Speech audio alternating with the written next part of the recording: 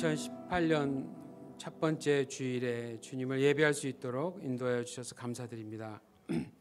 이번 한 해도 주님께 예배하는 신실한 예배자로 살게 해주시고 또 우리 각자가 살고 있는 현장에서도 늘 주님 앞에 서 있음을 잊지 않고 살아가도록 인도해 주시옵소서.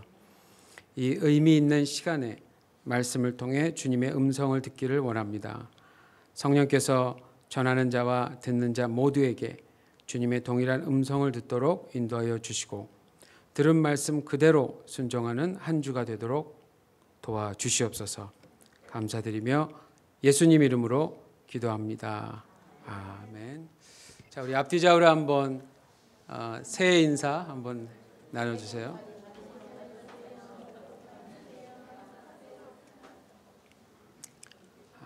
2018년도 첫 번째 주일 예배입니다.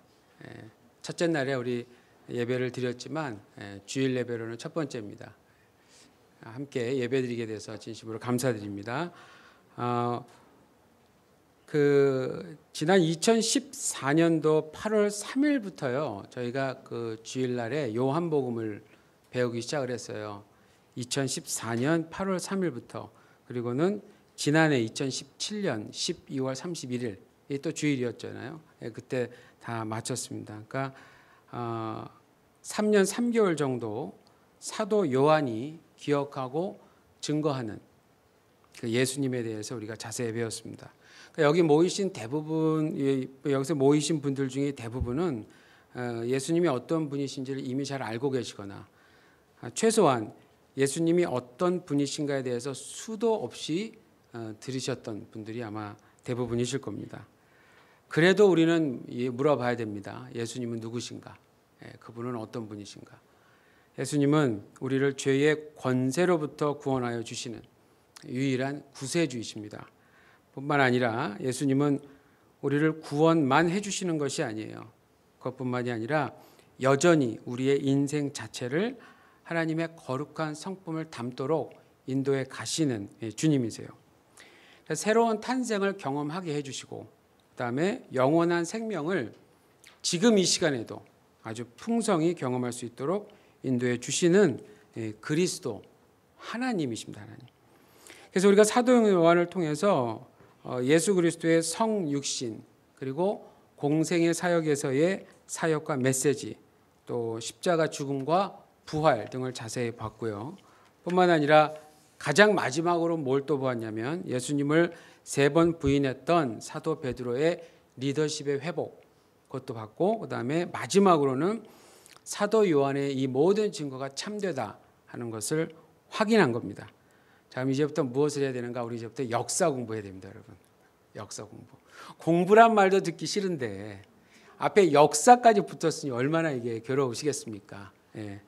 네, 안심하십시오. 뭐 제가 고대 이스라엘이나 뭐 고대 로마를 공부하려는 건 아니고 예수님께서 자신의 희생과 부활로 탄생시킨 그 교회의 역사에 대해서 이제부터 우리가 배우려고 하는 겁니다.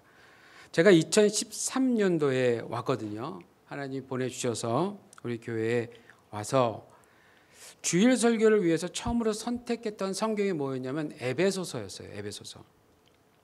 교회의 중요성에 대해서 아무래도 교회의 그 기반, 어떤 기초 그런 것들을 좀 다시 한번 우리가 좀 배우고 생각해야 될 필요가 있었다고 느껴져서 성경적인 원리를 교회의 중요성에 대한 성경적인 원리를 배우기 위해서 에베소서를 했었습니다. 1년 동안 에베소서를 통해서 교회에 대해서 많은 이야기를 이미 했는데 다 잊어버린다 해도 반드시 기억해야 될 한 구절이 있습니다.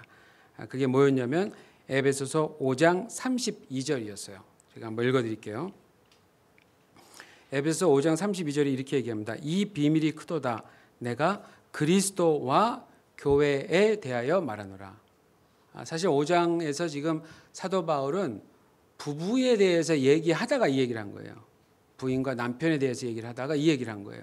그러니까 사도 바울 선생은 참 이 교회, 그리스도 이 얘기 아니면 그분은 말할 게 없었던 분 같아요. 굉장히 예수, 십자가, 교회 이런 얘기로 가득 그 주제로 가득 찼던 분인데 여기서 중요했던 것은 그리스도와 교회라는 표현이었어요.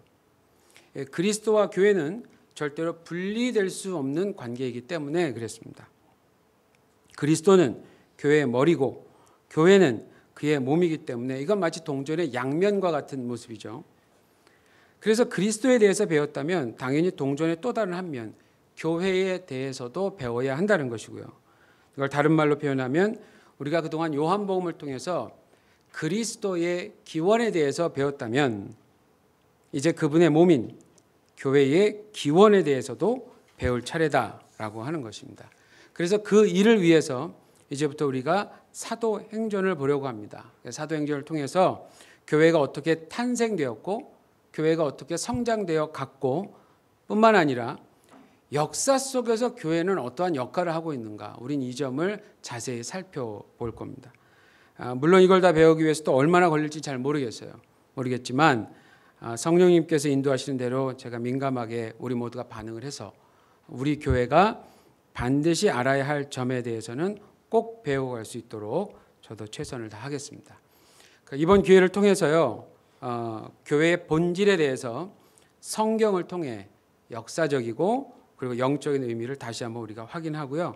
그 결과 우리 교회도 재정비를 하는 그러한 계기가 되기를 소망합니다. 자, 우선은 이제 사도행전 1장 1절에서 5절인데 오늘은 3절까지 보지만 1장 1절에서 5절까지가 이제 사도행전의 서론이라고 말씀드릴 수 있습니다. 특히 이 서론 부분에서는 우리가 반드시 확인하고 이해하고 넘어가야 할 표현들이 있어요. 그 표현들을 중심으로 해서 오늘과 다음 주까지 이제 서론 부분을 보도록 하겠습니다. 자, 첫 번째 표현은 1절에 나와 있는 먼저 쓴 글이라는 표현입니다. 먼저 쓴 글. 그러니까 또 다른 글이 있다는 의미죠. 또 다른 글. 자, 바로 누가복음을 의미하고 있는 겁니다. 1절을 보시면 가장 처음에 누군가 이름이 나와요. 데오빌로요 이렇게 해서 시작됩니다. 그리고 누가복음 1장 3절을 보시면 거기에도 동일한 이름이 나와요. 그래서 여러분 한번 성경으로 누가복음 1장 1절에서 4절을 한번 보시기 바랍니다. 누가복음 1장 1절에서 4절.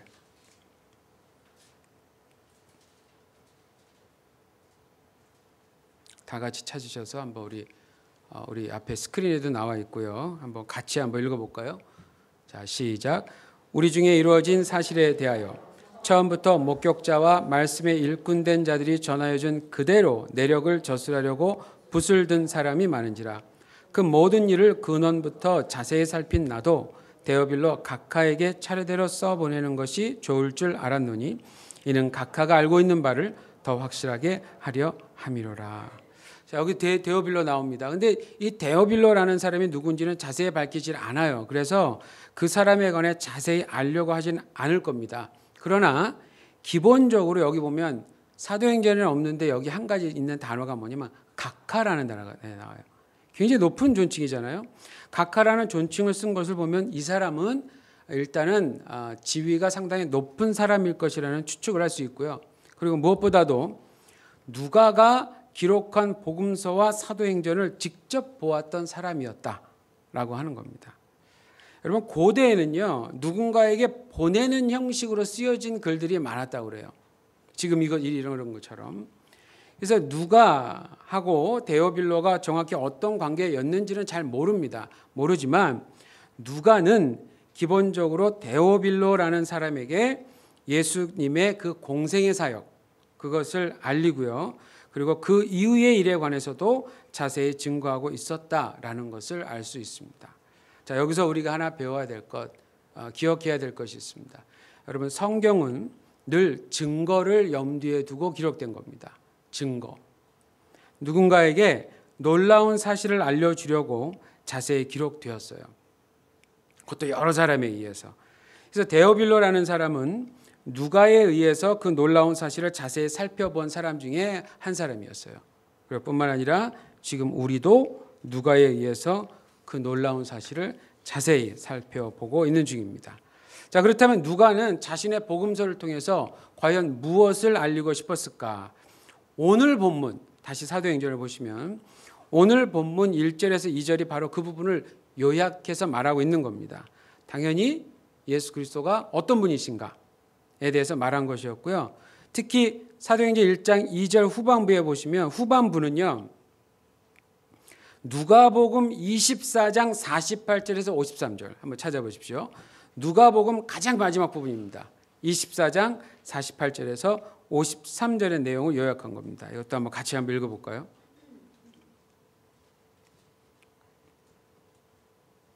누가복음 24장 48절에서 53절 시작. 너희는 이 모든 일의 증인이라. 볼지어다 내가 내 아버지께서 약속하신 것을 너희에게 보내리니 위로부터 능력으로 입혀질 때까지 이 성에 머물라 하시니라. 예수께서 그들을 데리고 베다니 앞까지 나가사 손을 들어 그들에게 축복하시더니 축복하실 때에 그들을 떠나 하늘로 올려지시니 그들이 그에게 경배하고 큰 기쁨으로 예루살렘에 돌아가 늘 성전에서 하나님을 찬송하니라. 자, 누가복음의 가장 마지막 부분입니다. 그리고 오늘 본문 2절에서도 말하는 것처럼 예수님의 승천이 기록되어 있는 부분이에요. 그러니까 누가복음은 바로 여기까지 기록되어 있다라고 하는 겁니다. 그리고 이제 제2부 예수님 승천 이후의 스토리가 이제 시작되는 거죠. 자, 그 이야기를 말하기 위해서 먼저 썼던 글, 그러니까 누가복음의 핵심 내용이 무엇이었는가에 대해서 다시 한번 누가가 자신의 글을 상기시키고 있는 겁니다. 그렇기 때문에 누가복음하고 사도행전은요, 이 두 권의 책으로 나눠져 있지만 사실은 한 명의 저자가 의도한 내용으로 볼 때는 한 권의 책으로 봐도 괜찮아요. 한 권의 책으로 계속 연결되는 내용입니다. 여러분, 사실 예수님께서 승천하셨다고 해서 그의 사역이 끝난 것은 결코 아니에요. 누가는 이제부터 무엇을 보여주려고 하는 거냐면 자신의 지상 사역을 마친 후에 승천하신 예수님께서, 굳이 표현을 한다면 천상에서도 여전히 지상 사역에 관여하시는 것, 이거에 대해서 누가가 이제부터 증거하고 있는 겁니다. 그럼 어떻게 관여하시는가? 라고 얘기를 어떻게 이제 묻는다면 그게 바로 교회를 통해 하시는 거예요. 그러니까 교회의 중요성은 여기에 있습니다. 교회를 통해서 사역을 하신다. 그리스도가 교회를 탄생시켰다고 한다면 교회는 그러기 때문에 반드시 그 그리스도를 반영해야 합니다. 그렇기 때문에 교회의 이야기는 여전히 누구의 이야기입니까? 그리스도의 이야기다라고 말해야 하는 거예요. 그리스도를 말하지 않는, 그리고 이 세상에 그리스도를 반영하지 않는 교회는 사실상 교회의 정체성을 잃어버린 겁니다. 다른 거 다 잘 얘기하는데 예수님 얘기만 안 한다. 교회 아니에요. 여러분, 만약 제가 그런 사람이면 신고하세요. 우리 교단에. 정말 그렇게 하셔야 돼요, 여러분. 멍하고 그럴 수도 있겠구나 이렇게 들으시면 안 돼요. 정말 그렇게 들으시면 안 돼요. 우리 교회에 만약에 그리스도의 임재가 안 나타난다, 이거 심각한 얘기입니다. 우리 책임 여건들 모두 다 직접 벗어야 돼요. 진짜 다 물갈이해야 돼요. 그건 진짜 큰일 나는 일이에요. 교회에 갔는데도 예수님 못 만난다? 여러분, 이거 좀 생각을 해봐야 돼요. 햄버거 먹고 싶어서 막 그냥 맥도날드 햄버거집을 막 기대하면서 찾아갔는데 우리 햄버거 앞으로 안 팔아요. 근데 여전히 이름은 맥도날드라면 이 말이 안 되잖아요. 근데 이 말이 안 되는 일들이 지금 이 세상에서도 일어나고 있어요, 여러분. 여러분, 교회라면 그리스도가 철저하게 반영이 돼야 됩니다. 그게 교회입니다.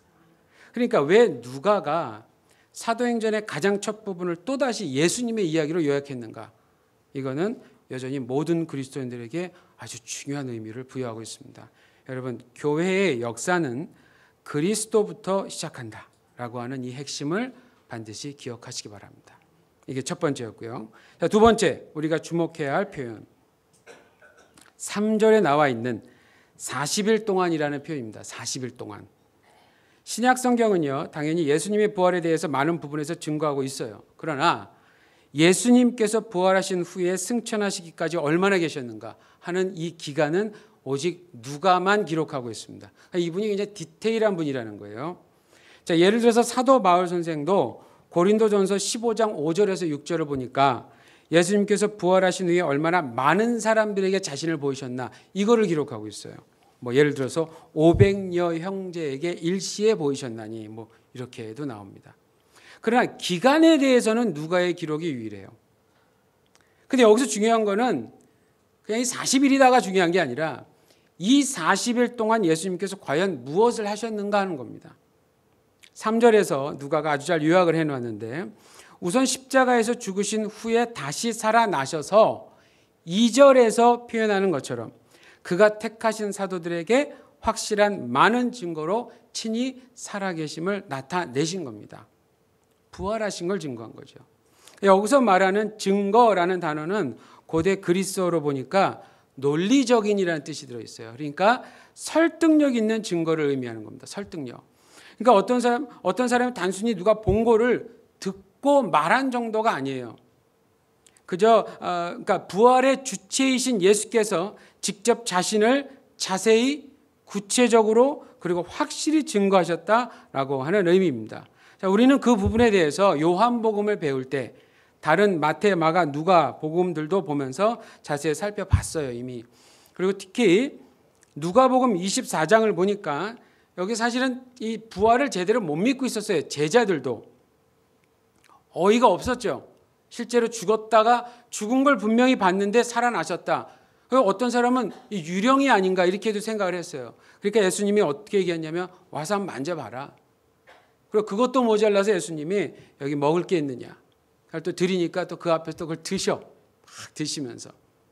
그러니까 실제로 육을 지닌 분이라는 게 나타난 거예요. 실제로 부활을 사실적으로 직접 증거하셨다. 그리고 자신의 부활을 직접 경험케 해주셨다라고 하는 겁니다. 그러니까 이 사도들은 바로 이 40일에 대한 유일한 증인들이 되는 겁니다. 그래서 이분들의 기록이 굉장히 중요한 거예요. 그런 의미에서. 그런데 이러한 자신의 직접 증거가 지향하는 목표가 있어서요. 목표.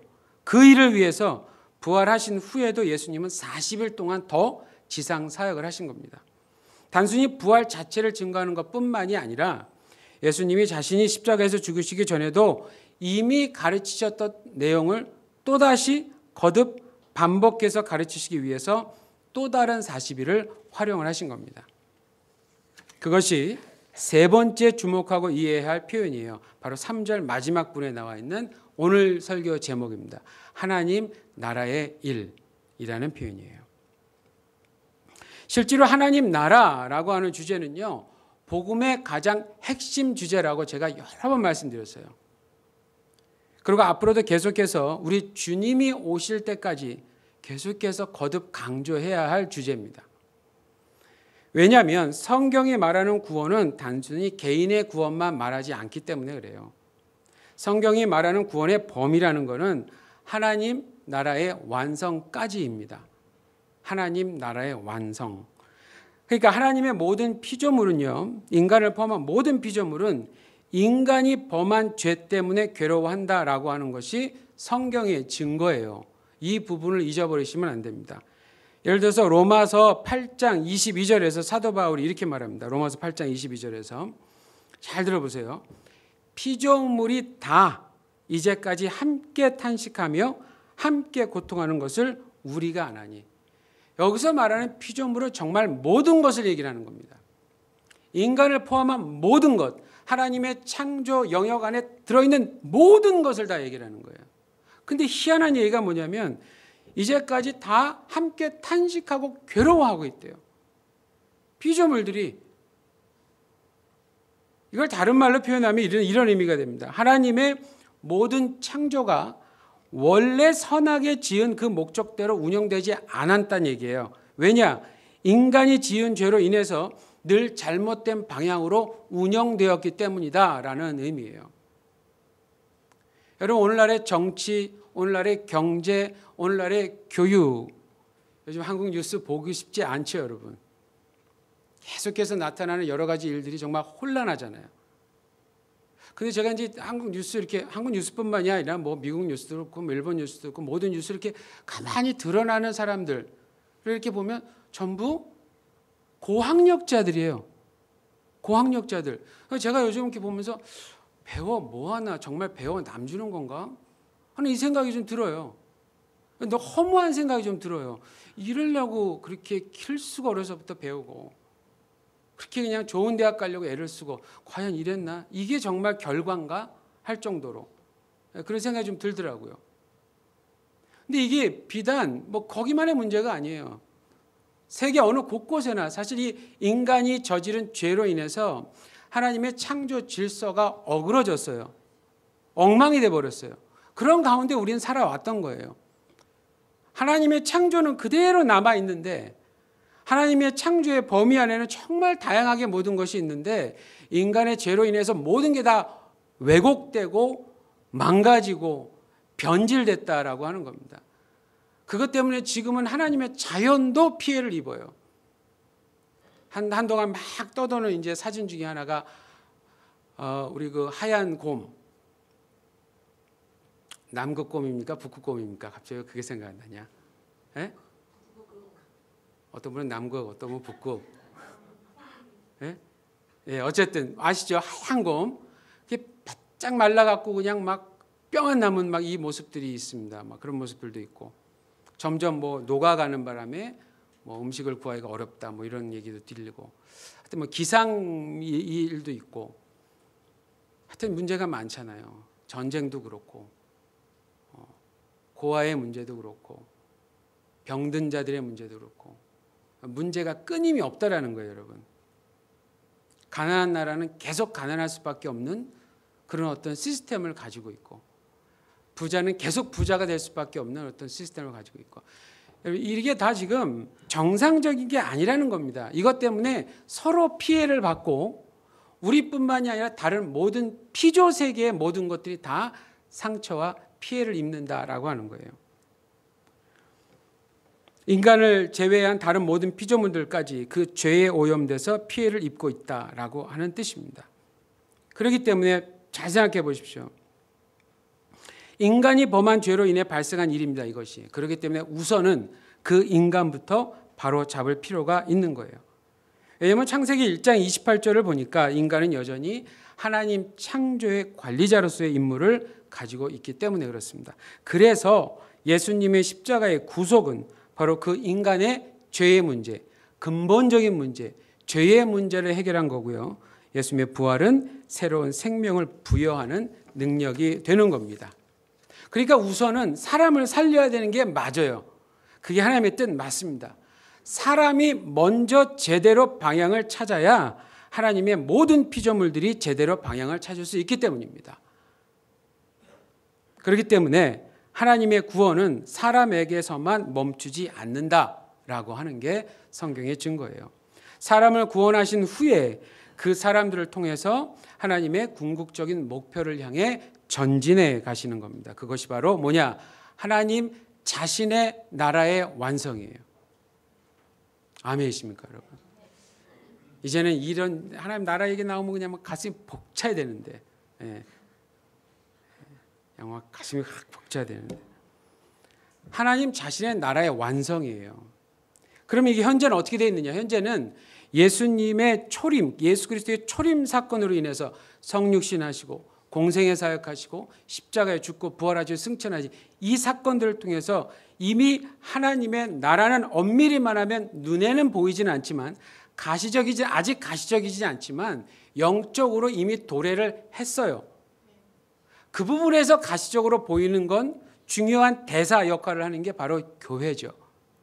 그 얘기를 나중에 이제 계속해서 우리는 해 나갈 겁니다만, 중요한 건 이제 그렇게 도래를 했고 미래에는 언젠가 예수 그리스도의 재림으로 인해서 하나님 나라의 완성을 저와 여러분 모두가 가시적으로 눈으로 확인하게 될 겁니다. 여러분, 정치 이대로 안 끝날 거예요. 여러분, 일본에 지금 믿지 않는 사람이 엄청 많다. 믿는 사람이 0.4%밖에 안 된다고 그래요. 개신교. 그중에서 정말 신실한 성도가 몇 퍼센트일지 우린 수를 가늠할 수가 없어요. 너무 적어요. 그 숫자로만 보면 일본 자체의 선교적인 관점에서 보면 이건 아직도 어둠이에요. 이건 너무나 안타까운 일이에요. 여러분, 걱정하지 마십시오. 회복될 날이 옵니다. 회복될 날이 와요. 우리가 어떻게 열심히 해서 회복되는 그 차원이 아니라 하나님이 자신의 나라, 자신의 통치의 영역을 모든 세계 구석구석까지 하나님이 성취시키신다 이 말입니다. 그게 구원의 끝이에요. 그게 거기까지 간다라는 거예요. 그러니까 이제부터는 오늘 죽어서 나 천국 간다로 만족하지 마세요. 그건 당연한 얘기니까 이제부터 하지 마세요. 그 정도 확신이 없으면 그건 아직 성도가 아니에요. 그 확신을 가지고 어떻게 살아나가느냐. 이제부터 이걸 보여줘야 될 때입니다. 이걸 보여줘야 돼. 이걸. 그렇기 때문에 복음이라는 건 뭐냐면 개인의 구원 문제부터 시작해서 궁극적으로는 하나님 나라의 완성까지 말하는 겁니다. 그러니까 우리가 누군가에게 예수님을 전한다 했을 땐 이 광대한 꿈까지 얘기를 해줘야 돼요. 오늘 우리 찬양팀이 인도했던 노래 중에 마지막 노래 중에서 성령이 오셨네 그 노래의 마지막 가사가 뭡니까? 그 나라 꿈꾸게 하시네. 왜 괜히 그 가사가 들어갔을까요? 그게 실현될 거니까 그런 거예요, 여러분. 지금 이대로 끝나지 않아요, 이 세상은. 예수님이 다시 오시면 놀랍도록 상상 이상으로 회복될 겁니다. 물론 동시에 심판도 이루어지죠. 그러나 심판만 이루어지는 게 아니라는 거예요. 구원의 완성이 구체적으로 가시적으로 일어난다라고 하는 겁니다. 예수님은 자신의 공생의 사역에서 바로 이 점을 전하셨던 겁니다. 그리고 부활하신 후에도 여전히 동일한 메시지를 전하셨던 거예요. 그렇기 때문에 예수님에겐 하나님 나라라고 하는 주제 이외에 전하실 다른 주제란 없습니다. 누가가 먼저 쓴 글에도 그리고 예수님이 부활하신 후 40일 동안에도 여전히 메시지의 주제는 뭐였냐? 하나님 나라의 일에 대한 것이었습니다. 하나님의 통치가 온전히 성취되는 환경, 하나님의 통치가 온전히 성취되는 문화, 하나님의 통치가 온전히 성취되는 정치, 경제, 교육 그리고 수많은 다양한 관계들. 여러분 그야말로 모든 분야에서 창조자 하나님을 왕으로 그리고 주로 모시는 모습들이 완벽하게 회복되는 나라에 대해서 예수님께서 말씀하셨고 예고하셨던 겁니다. 그렇기 때문에 그리스도로 인해 이미 시작된 이 하나님의 나라는 그리스도로 인해서 완전히 회복될 겁니다. 바로 그 하나님 나라의 일에 이제 자신이 직접 택한 사도들을 초대하시고 그들을 통해서 더 많은 예수님의 제자들을 배출해내는 거예요. 배출해내서 이 세상 구석구석까지 그 나라의 일이 영향력을 미치도록 인도하는 것입니다. 이게 성교까지 간다는 얘기죠. 그래서 이토록 중요하고 광대한 메시지를 가지고 그 메시지의 실현, 어떻게 이루어지는가에 대해서 역사적인 사실을 구체적으로 기록하고 있는 성경이 바로 사도행전인 겁니다. 실제로 사도행전에는요. 그런데 하나님 나라라는 표현이 복음서에 비해서 많이 안 나와요. 그러나 오늘 보신 것처럼 처음도 하나님 나라라는 주제로 시작하고요. 마지막을 보시면 아시겠지만 사도행전 가장 마지막 구절을 보셔도 마지막 부분을 보셔도 하나님 나라라는 주제로 마칩니다. 그래서 이거는 결코 우연이 아닌 거예요. 그거는 복음의 확장에 있어서도 가장 큰 주제는 여전히 예수께서 전하셨던 내용과 동일했다라는 것을 증명하는 겁니다.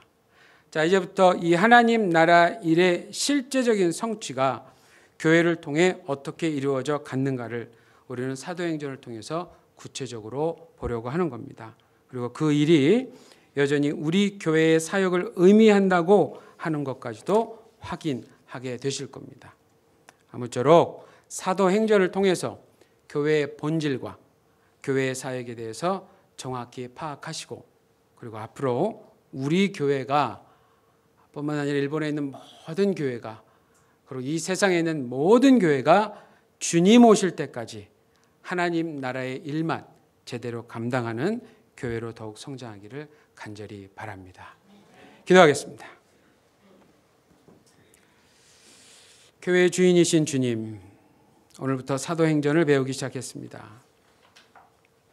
교회인 우리가 그리스도 안에서 우리 자신의 정체성을 바로 알 수 있도록 도와주시고 그로 인해 그리스도의 몸인 우리가 이 세상에서 감당해야 할 사명은 무엇인지 정확히 알고 제대로 실행할 수 있도록 인도하여 주시옵소서. 오직 주님의 교회로서 주님 나라의 일만 감당하는 교회가 되게 하옵소서. 감사드리며 예수님 이름으로 기도합니다. 아멘. 다 자리